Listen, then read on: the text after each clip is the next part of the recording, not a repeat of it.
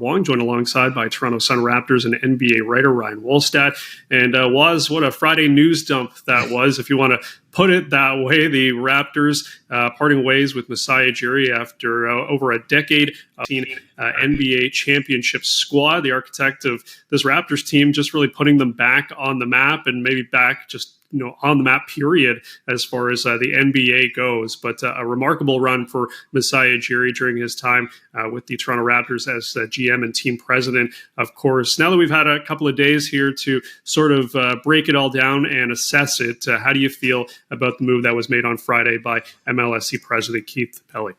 Crazy. I had heard some rumblings earlier in June, and just didn't seem like it didn't make sense. The timing didn't make sense. Like, why would it happen now? It's not surprising that he's out because of it. Edward Rodgers didn't think he was worth the money last time, and he certainly isn't thinking he's worth it this time. I said it from the start that Masai Ujiri would get fired because Edward Rodgers doesn't think he was or is worth the money that he's asking for. And a lot of people said that's not true. But it was true.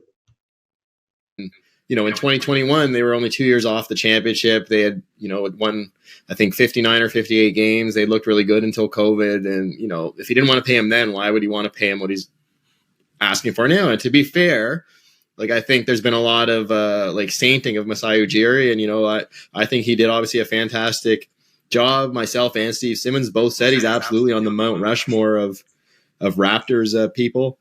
I mean, Simmons even said he's on the Mount Rushmore of Toronto sporting executives, period. I mean, I guess he brought a championship here, but you have to be fair. The last 5 years have been really bad. Things have gone downhill. And if he wants to be paid as one of the top, if not the top paid executive in the sport, you don't do it because he's not worth it.